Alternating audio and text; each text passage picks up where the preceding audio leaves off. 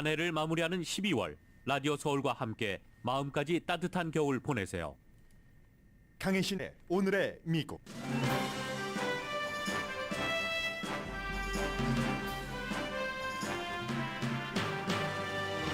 미국 연방 정치인들이 연말이고 네임덕 기간임에도 생산적으로 일하고 있습니다. 무척 예외적인 한 해 마무리입니다.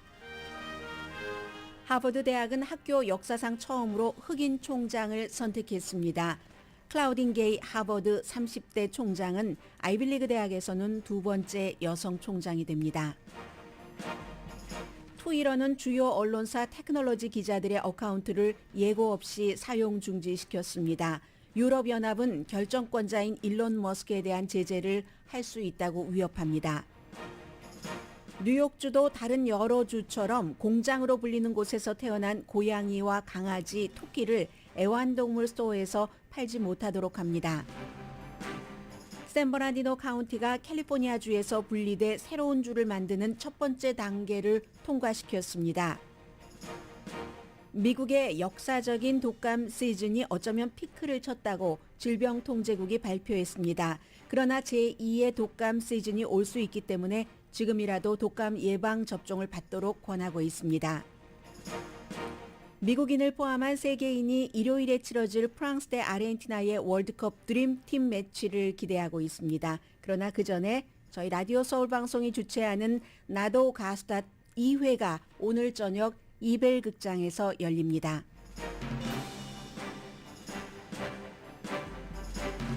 여러분 안녕하십니까? 오늘의 미국 강혜신입니다. 오늘이 이제 12월 달 15일도 지나고 16일입니다. 한 해가 가기 전에 바쁘기도 하고 어수선하기도 하지만 대부분 많은 분들이 꼭 이것은 마무리를 해야지 되겠다 하고 생각하시는 일이 있을 겁니다. 미국의 연방의회 의원들은 네임덕 기간 중에 의정활동 마지막 주를 무척 생산적으로 보내고 있습니다. 주요 법안들을 지금 많이 처리하고 있는데 20세기 대부분의 이제 미국에서 정치인들이 네임덕이라는 말 자체는 예전에 영국에서 시작이 됐다고 하지만 처음에 파산하는 사람들은 파산 신청을 하는 사업가들은 할 수 있는 일이 별로 없잖아요. 거기서 이제 조금 똑바로 걷지 못한다 하는 뜻으로 네임덕이라는 말이 시작이 돼서 정치에까지 와서 그래서 이제 보통 지금의 네임덕은 의회의 네임덕 기간이다. 왜냐하면 1월 초가 되면은 새로운 회기가 시작이 되고 118회가 되죠. 그리고 이번에는 더군다나 민주당이 하원에서 공화당에게 다수당을 뺏겼기 때문에 의회가 더 네임덕이죠.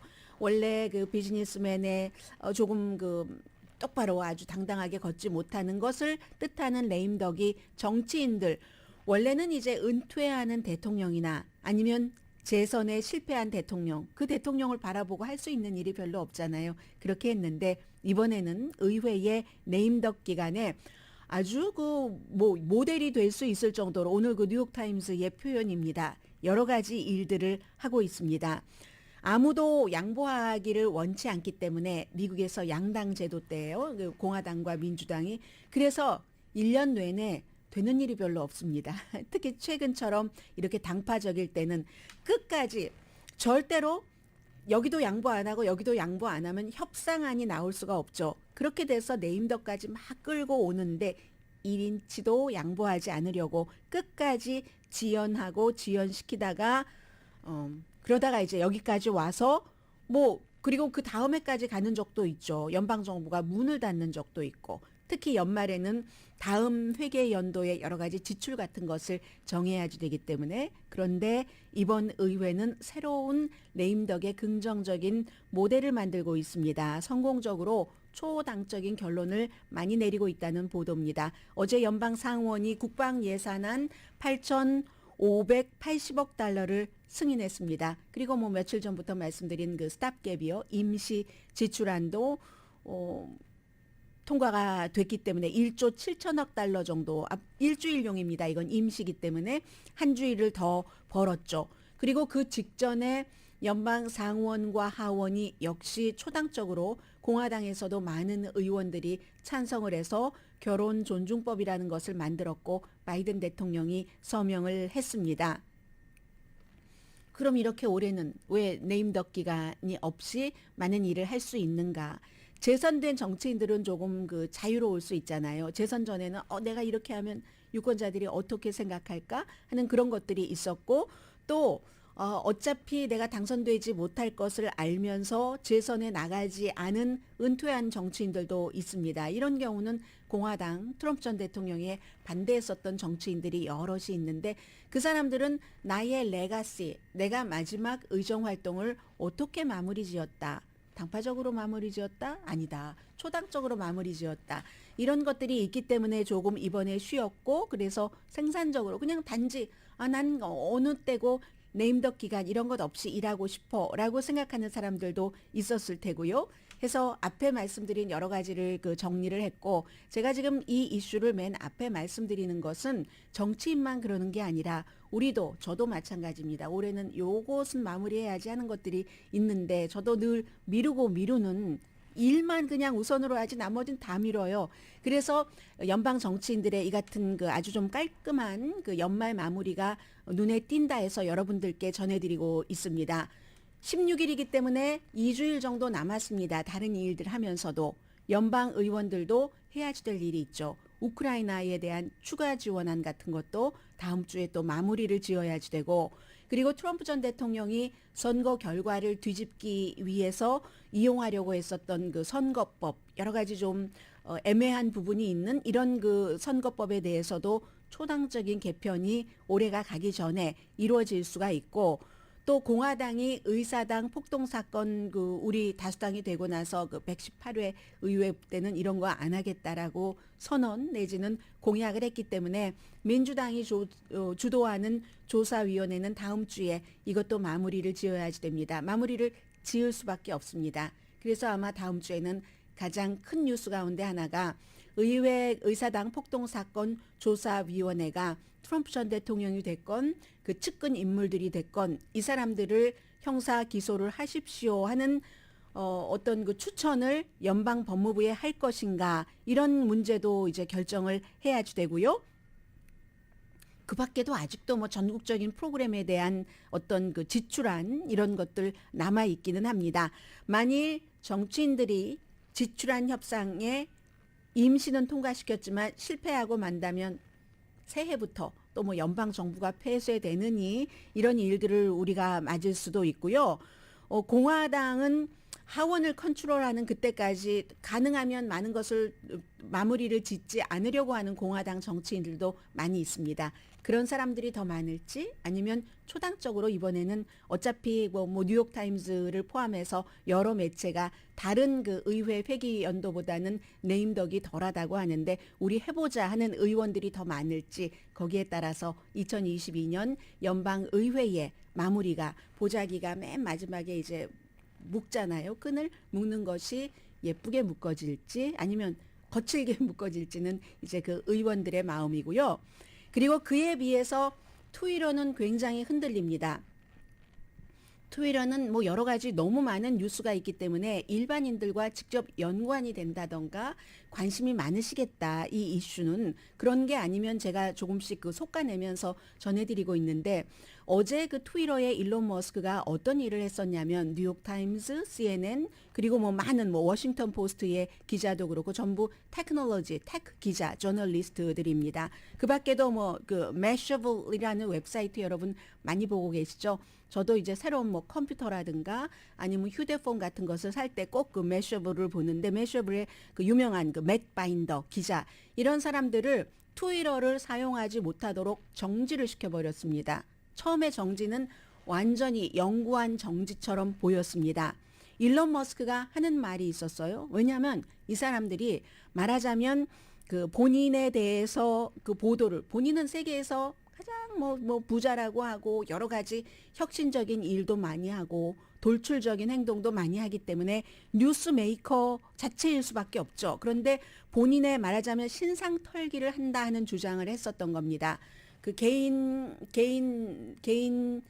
비행기 같은 것의 경로. 그런데 기자들은 그 같은 뭐 비행기의 경로 같은 것을 뭐 발표하면 안 되는 것을 발표한 것은 아니고 공개되는 그런 정도를 뭐 링크까지 하진 않았어요. 일반 개인은 링크를 했지만 그런데 기자들은 뭐 그런 것을 하이퍼링크까지는 하지 않았지만 평소에 일론 머스크에 대해서 보도 그 성향이라든가 일론 머스크의 입장에서 볼 때 좀 빡빡하게 굴었다는 기자들의 어카운트를 다 중지시켜 버렸다는 얘기입니다. 뭐 이런 매체나 중지당한 저널리스트들의 표현에 대한 따르면 왜냐하면 뭐 어떠한 것을 공개했던지 그 공개적으로 사용하는 데이터를 공유했었다 하는 것이고 그러니까 이제 여기에 대해서 유럽연합 같은 데서는요, 일론 머스크를 제재해야지 되겠어라고 얘기를 하거든요. 왜냐하면 일론 머스크가 트위터를 인수할 때 가장 많이 내세웠었던 것이 표현의 자유였고 그 표현의 자유이기 때문에 심지어는 아주 위험한 트윗을 했었던 극우주의자들, 무슨 극우 백인 우월주의자들, 극단적인 음모론자들 어카운트도 예전에 트위터 자체에 모니터링 기관이 있어서 중지시켰던 것을 다 풀어버렸잖아요.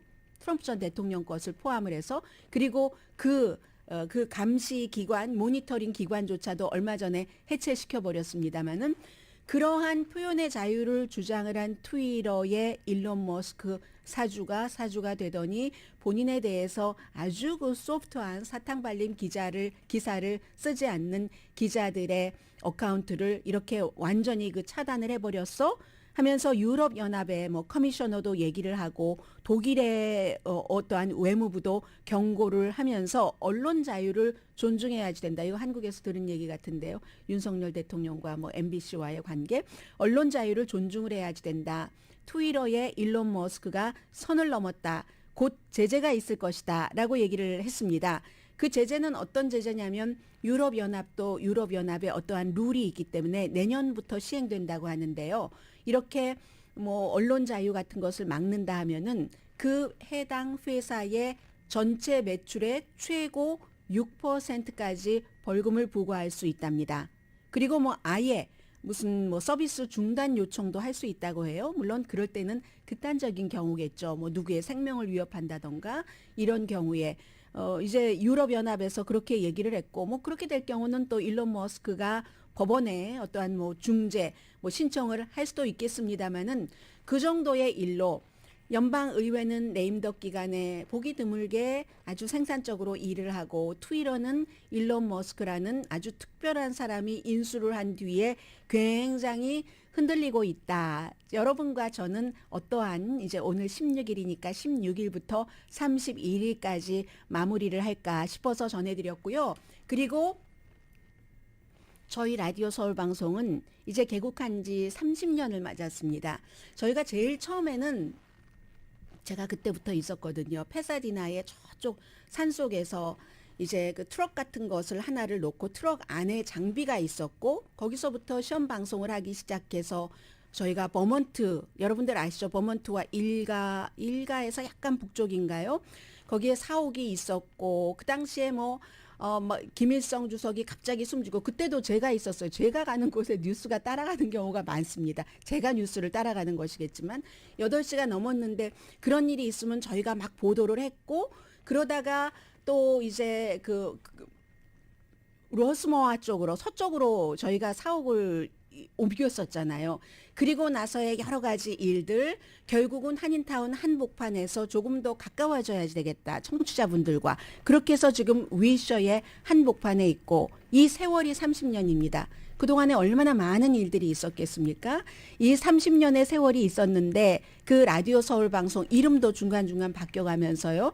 30년을 기념을 하고 나도 가수다가 지난번에 너무 여러분들께서 좋아하셨고 참여도 많이 하셨습니다. 오늘 저녁입니다.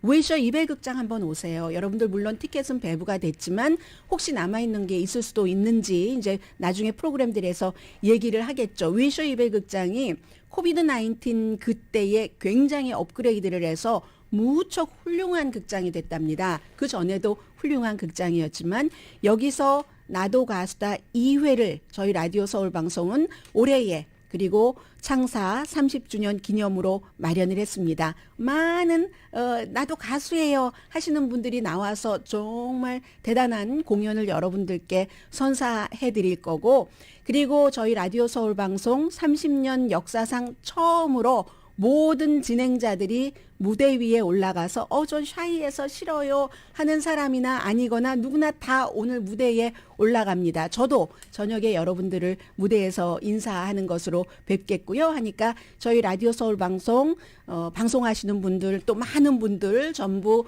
보시고 또 그 뒤에 훌륭한 공연도 감상하시기 바랍니다. 이게 저희 라디오 서울 방송의 2020년 한 해 시작하고 30년을 맞아서 마무리하는 방식입니다. 그리고 혹시 이별극장에 오늘 저녁에 못 오시는 분들이 계시더라도 2022년 여러분들 뭐 모든 분들은 다 나름대로 훌륭하게 힘껏 살아오신 것 아니겠어요? 그러니까 뭐 이것 정도는 내가 마무리하고 싶어 하는 것들 마무리하시길 바라면서 일단 여기서 저도 매듭 지을까요?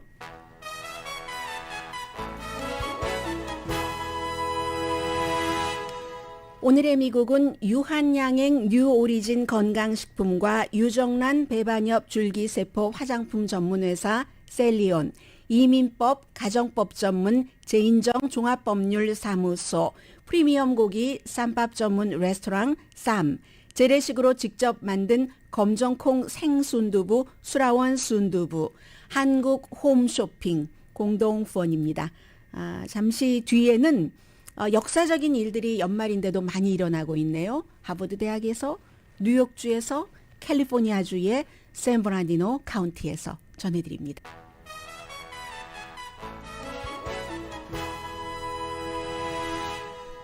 라디오 서울 방송 오늘의 미국 듣고 계십니다. 하버드 대학교가 학교 역사상 처음으로 흑인 총장을 선택을 했습니다. 임기는 내년 7월부터인데 클라우딘 게이라는 최초의 흑인이면서 여성입니다. 아이빌리그 대학교에서 두 번째 여성 총장이 되게 되는 건데 지금 현재는 하버드 대학교의 예술과학부 학장이고 민주주의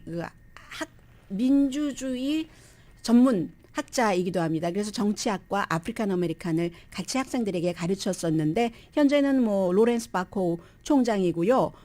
이 게이 박사에 대해서 우리가 총장으로 선택을 했다는 그 하버드의 발표를 보니까 예리함과 포용력, 그 지적인 범위가 넓음, 전략적으로 세련됨, 총장은 이런 것도 필요하잖아요. 전략적인 결정하는 것들.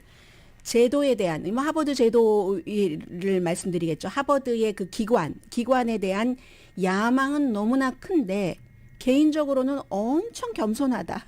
이보다 더 좋은 말이 어디 있겠어요. 아주 조화로운 사람이라는 얘기인데, 그래서 이제 어제 이제 이런 그 발표에 대해서 본인이 학교에서 굉장히 너무 좋아요. 뭐 크레이지하지 않아요? 이렇게 얘기를 하면서 하버드 대학교의 강점은 사람입니다.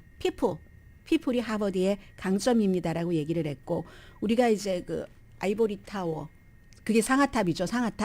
상하탑에 대한 그 지금까지 막 말해왔었던 그 이상, 뭐 상하탑이 뭐 이래야 된다, 상하탑 안에 뭐 이런 얘기를 하는 것은 과거지 미래가 아니다. 이 학교라는 또 이런 그 중요한 훌륭한 기관은 사회 밖에서는 존재하지 않는다. 과거에는 뭐 상하탑을 뭐 신성하게 그 안에서 일했는데 이 새로운 이제 차기 총장은 학교도 사회의 부분이다. 그래서 사회와 같이 가야지 되고 세계의 사회에 서비스를 해야지 된다. 공적인 역할을. 그런 얘기를 했고요. IT 이민자의 딸입니다. 스탠포드 대학교에서 공부를 했습니다. 1992년도 학사학위를 받았고 하버드에서 98년도에 박사학위를 받았습니다. 정치학 분야의 최고의 논문상을 받았다고 하네요. 그 논문상 이름이 토판 어워드가 아니고 프라이즈입니다. 2006년부터 하버드에서 교수를 하기 시작했고 말씀드린 대로 정치학, 아프리칸 아메리칸 학과, 미국에서 인종과 정치가 어떻게 연관되는가, 그리고 사회, 뭐 여러 가지 그 사실 연관되는 것이 사람들의 정치적인 시각을 어떤 형태로 그 이끌어가고 투표를 어떻게 하게 하는가, 이런 것들, 뭐 미국에서의 인종과 정치는 그런 모든 것에 반영된다는 것을 항상 강조했다고 하고요. 그런데 이제 더군다나 이 클라우딘 게이 그 하버드 차기 총장 30대 총장의 경우는 연방 대법원이 지금 심의 중이잖아요. 결론은 내년 이 하버드 대학교 총장이 되기 취임하기 전에 나올 것 같네요. 직전에 6월경에.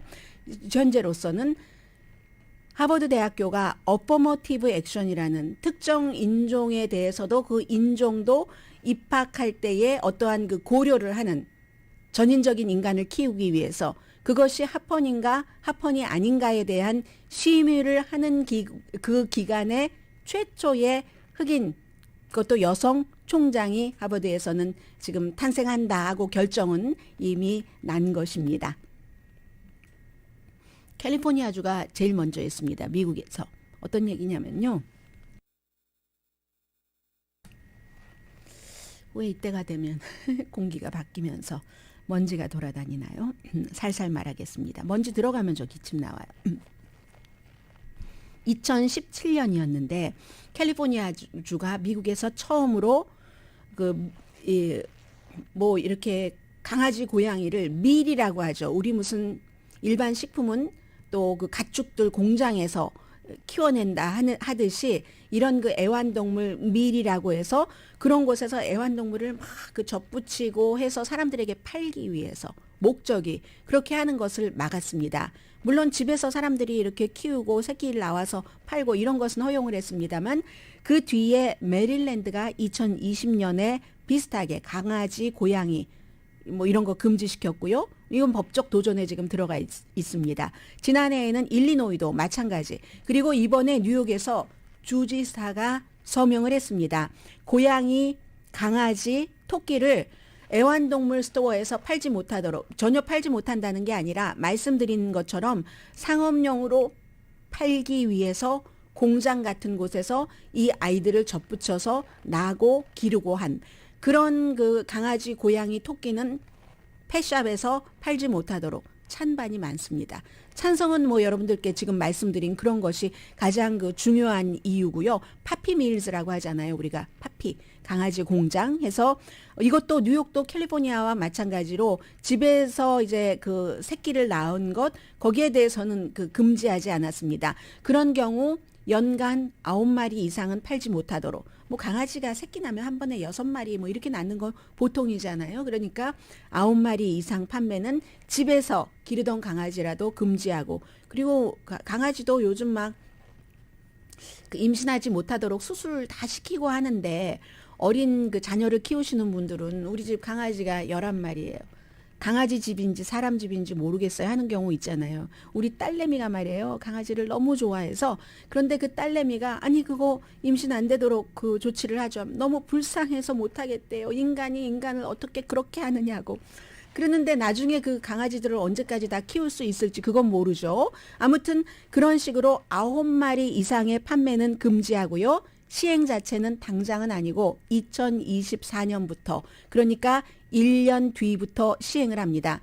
그러면 어떻게 할 것인가? 펫샵에서는 이 애완동물 샵에서는 애니멀 쉘터와 연관 지어서 어디서 구조됐다던가 아니면 강아지 주인이 매정하게 버린 방치된 그런 그 동물들을 강아지뿐만이 아니라 고양이, 토끼까지 다 포함해서 그런 동물들을 팔 수 있도록 애니멀 쉘터와 연관을 해서 일을 해라.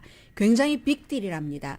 뉴욕이 미국에서 인구가 가장 많으니까 애완동물을 찾는 인구도 가장 많은 것이 당연하고 그러면 파피밀 이유는 엄청나게 크다는 거죠. 파피밀 업계의 이유는 그러니까 동물을 좋아하는 사람들은 아니 동물을 상품으로 보는 거야. 이게 한 15년 전까지만 하더라도 동물을 그냥 동물로 보는데 이젠 동물을 언젠가부터 애완동물은 가족이잖아요. 반려견 이런 얘기가 나오면서부터 그래서 동물을 상품으로 보다니 하고 분노하는 사람이 너무 많은 겁니다. 그래서 이 같은 법이 만들어졌는데 그런데 펫샵 오너들은 이건 너무 불공평하다. 왜냐하면 지금 말씀드린 대로 캘리포니아주, 메릴랜드주, 일리노이주, 그리고 이번에 뉴욕주인데 그럼 다른 주에서는 다른 주 펫샵 오너들은 그렇게 할 수 있는데 왜 우리만 이래야지 되는가. 그리고 파피밀, 그 강아지 뭐 이런 다른 그 애완동물을 만들어내는 공장이라 할지라도 그런 것도 굉장히 표준이 아주 그들에게 안락한 삶을 주고 하는 것이 얼마나 많은데 그런 표준을 높이려고 하지 않고 이걸 금지시킨단 말이야.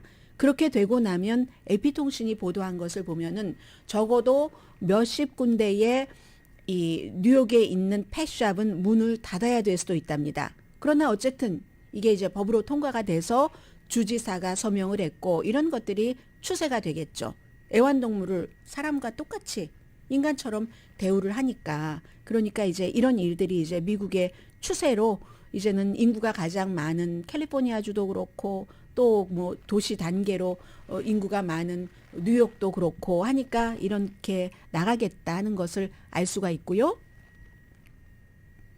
샌버나디노 카운티 하면은 뭐 한국 분들이 많이 살고 계시지는 않죠. 직업을 갖고 활동하시는 분들은 만약에 특히 LA 카운티에서 일을 하시는 분들은 너무 머니까 그렇지만 뭐 은퇴하신 다음에 그쪽 그 부근으로 가시는 분들도 많은데 샌버나디노 카운티도요.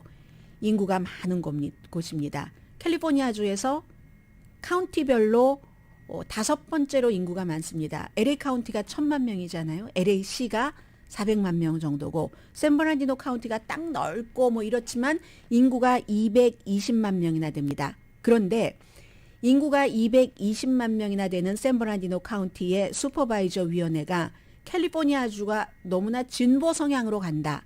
여기에 대한 불만으로 한다 하더니 1단계를 어제 해냈습니다. 슈퍼바이저 위원회가 로컬 공무원이 샌버나디노 카운티가 정치적인 성향, 그에 따른 사회적인 여러 가지 규제가 캘리포니아 주 정부와 샌버나디노 카운티가 맞지 않는다. 그러므로 우리는 캘리포니아 주에서 분리를 해서 새로운 주를 만들겠다.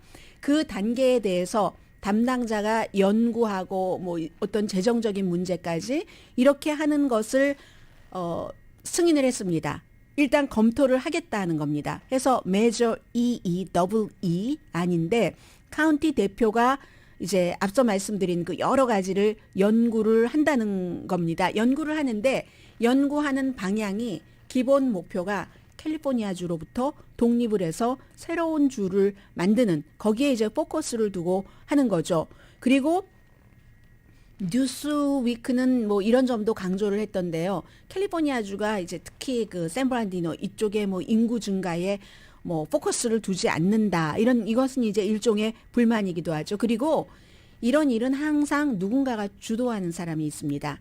부동산 재벌 잽 버럼이 이 법안을 그 주도를 해서 이루어낸 건데 새로운 주를 만들려고 하는 것은 뭐 꼭 캘리포니아 주에서 샌버란디노 카운티뿐만이 아니라 많은 곳에서 시도를 하지만 그게 성공하지 못하죠. 1959년 이후에 캘리포니아 주에서는 아마 처음인가 봅니다. 그런데 이런 일이 나올 때마다 여러분들께 꼭 결론으로 전해드리는 게 있습니다. 성사 가능성 매우 낮죠. Very low인 겁니다. 왜냐하면 결국은 아무리 샌버나디노 카운티에서 이렇게 저렇게 해서 다 우리는 주정부로부터 분리하겠습니다.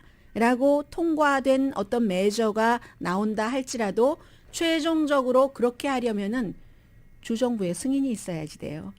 그런데 주정부가 캘리포니아주가 민주당이 다수당인데 뭐 220만 명이나 새로 떨어져 나간다? 사람은 곧 자산인데 그리고 지는 것인데 그렇게 되면은 그걸 승인을 하겠습니까? 승인하지 않을 것이 거의 확실하기 때문에 그럴 가능성은 없죠.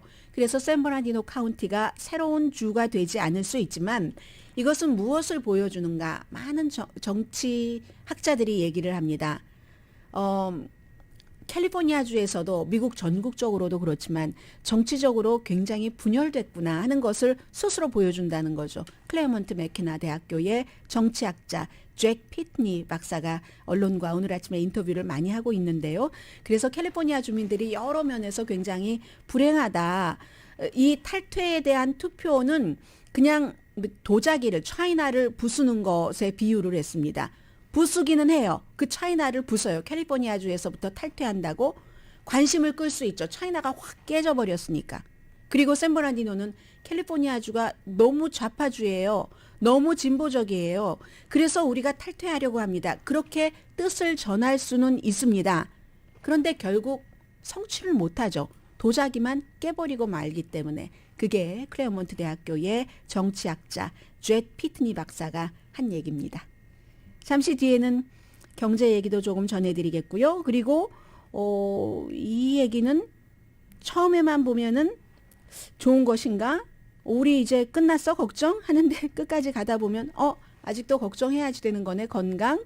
이렇게 결론이 나지는 얘기 전해드립니다.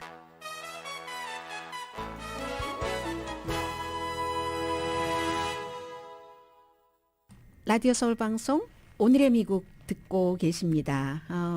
어제 그제 이틀 동안 뭐 주식시장 분위기 굉장히 나빴던 것 사실이고요. 이틀째 슬럼프 S&P 500도 그렇고 이자율에 굉장히 민감한 나스닥은 더했죠. 어제 뭐 11월 2일 이후에 최대폭 3.2% 내려갔고 S&P 500도 2.5% 내려갔습니다. 11월 2일은 연방준비제도가 이자율을 0.75% 인상을 했었던 것이고 어제 그제는 연방준비제도가 앞으로도 당분간 내년에 한 뭐 0.75% 정도 현재의 데이터라면 그 정도는 더 올릴 수 있다. 내년 말까지 기준금리가 5% 넘을 수 있다는 것을 예고한 뒤에 아직도 갈 길이 많다. 11월 2일과 비슷한 메시지를 공개시장위원회 회의가 끝나고 나서 제롬 파월 의장이 얘기를 했죠. 그런 것에 대한 결과이고요.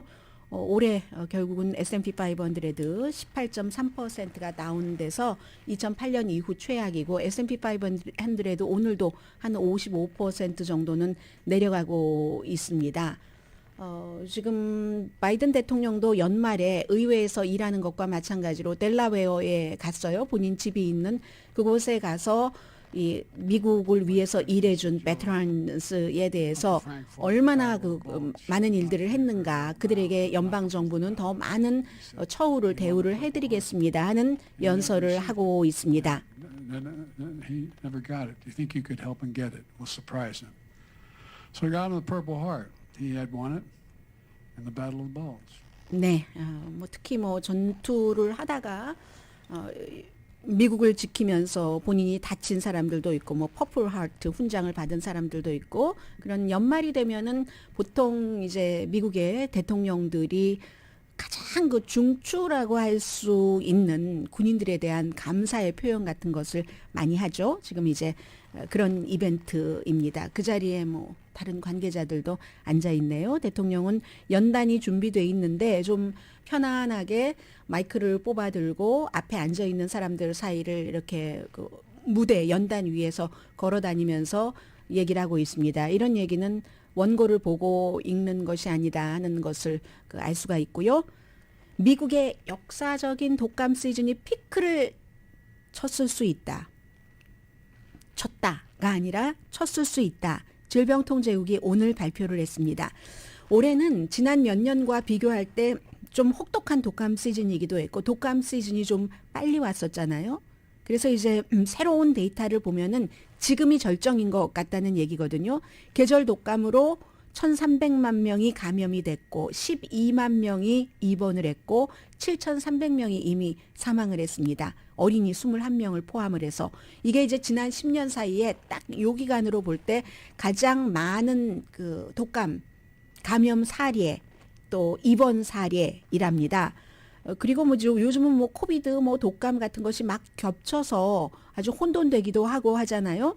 일찍 시작이 돼서 아픈 사람이 이렇게 많은 이 정도인 것은 전례 없는 일이라는 것을 다시 강조를 했고요. 전국적인 추세는 피크를 쳤다. 독감은. 그런데요. 지역적인 웨이브는 있을 수 있다. 더군다나 내년 봄에는 코비드와 또 충돌을 할 가능성이 있다. 이게 독감의 경우는 보통 집에서 아이들이 학교에서 걸려오거나 아이들이 밖에서 독감 걸려오면 부모님들이 그 다음에 걸리잖아요. 지금 어린이 병원의 응급실 의사들이 얘기하는 게 이제 아이들은 피크를 친 것 같은데 올해 바이러스가 하도 예측 불가능하기 때문에 백신은 독감 예방 접종은 잘 듣는데요. 그런데도 예측 불가능해서 이게 두 번째 감염 시기가 또 올까?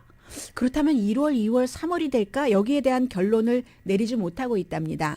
일반적으로 이제 휴일, 크리스마스, 새해, 연휴 지나고 나면은 독감 많이 늘어나잖아요. 그래서 보통 1월 말, 2월 초에 최고조에 달하고 봄이 되면서 이제 수그러지기도 하고 뭐 이른 봄에 걸리시는 분들도 있고 하는데 올해는 벌써 피크라고 하니까 두 번째가 오는 거야 하는 것을 생각을 해본다는 얘기입니다. 기본적으로 10월 16일부터 3월 초까지 이제 독감 시즌으로 보고 있는데 일찍 시작이 돼서 기하급수적으로 이게 이제 어린이 병원에서부터 시작이 돼서 호흡기 질환이죠. 여러 가지 막 기하급수적으로 늘어났다가 떨어진다. 지금이 이제 어린이 병원에서는 떨어지는 시기랍니다. 그렇지만 또 올지 모르니까 독감 주사 안 맞으신 분들 계시죠? 이번에 특히 이제 이번에는 독감 예방 접종과 업그레이드된 부스터샷을 같이 이렇게 줬기 때문에 그 당시에 컨디션이 나쁘셨던 분들은 안 맞으신 분들이 계실 텐데 피크다 해서 안 맞으셨던 분들 안 맞지 마시고 독감 접종도 받으시랍니다. 독감 얘기를 말씀드렸으니까요. 제인 폰다 아시죠, 여러분들?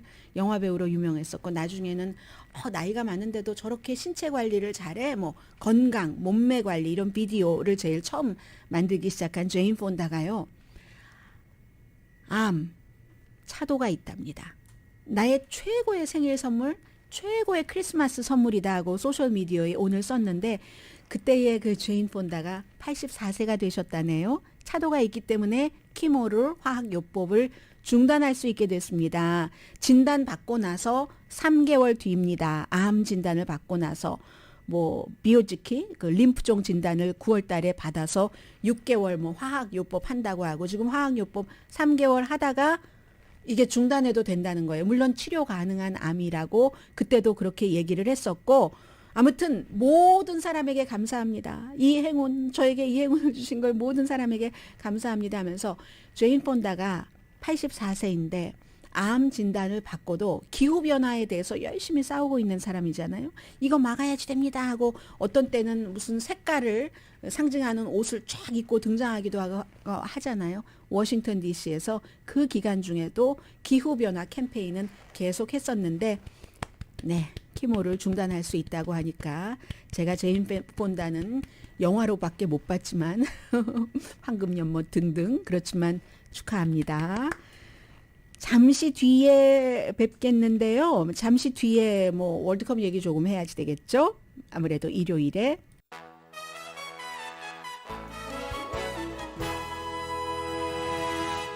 라디오 서울 방송 오늘의 미국 듣고 계십니다. 네, 제인 폰다만 좋은 게 아니라 WNBA의 그 브리트니 그리너 러시아의 그 마리화나 오일이 있는 그 카트리지를 가지고 들어가서 형을 선고받고 10년을 복역하고 이제 교환식으로 러시아의 악명 높은 무기상과 교환해서 미국에 돌아왔는데 브리트니 그리너가 저의 10개월 동안은 모든 순간이 전쟁이었습니다. 라고 얘기를 하면서 집에 오니까 너무 좋습니다. 텍사스에 도착해서 그 군병원에서 전부 건강검진 끝냈고요. 운동들도 막 하고 하던데 올 시즌 WNBA 경기를 하겠다고 얘기를 하면서 피닉스 머큐리고요. 너무너무 좋다. 집에 오니까 너무너무 좋다. 그런 얘기를 했고 오늘 아침에 나오는 얘기를 보면은 FIFA가 젤렌스키 우크라이나 그 대통령이 여기서 그 비디오 메시지를 좀 평화의 메시지를 그 월드컵에서 보내고 싶습니다 하고 요청을 했는데 거부당한 것으로 지금 알려지고 있고요. 이 볼로디미르 젤렌스키 대통령은 그래미 시상식이라든가 아니면 뭐 칸느 영화제라든가 이런 곳에서 본인의 메시지를 많이 얘기를 했죠. 그 이전에 쭉 모든 나라 거의 모든 나라의 그 의회 내지는 국회에서 연설을 했었고 그런데 아직까지 뭐 최종 결정이 된 것 같지는 않은데 지금까지는 일단 say no 얘기를 들었는가 봅니다. 그런 일이 있고요.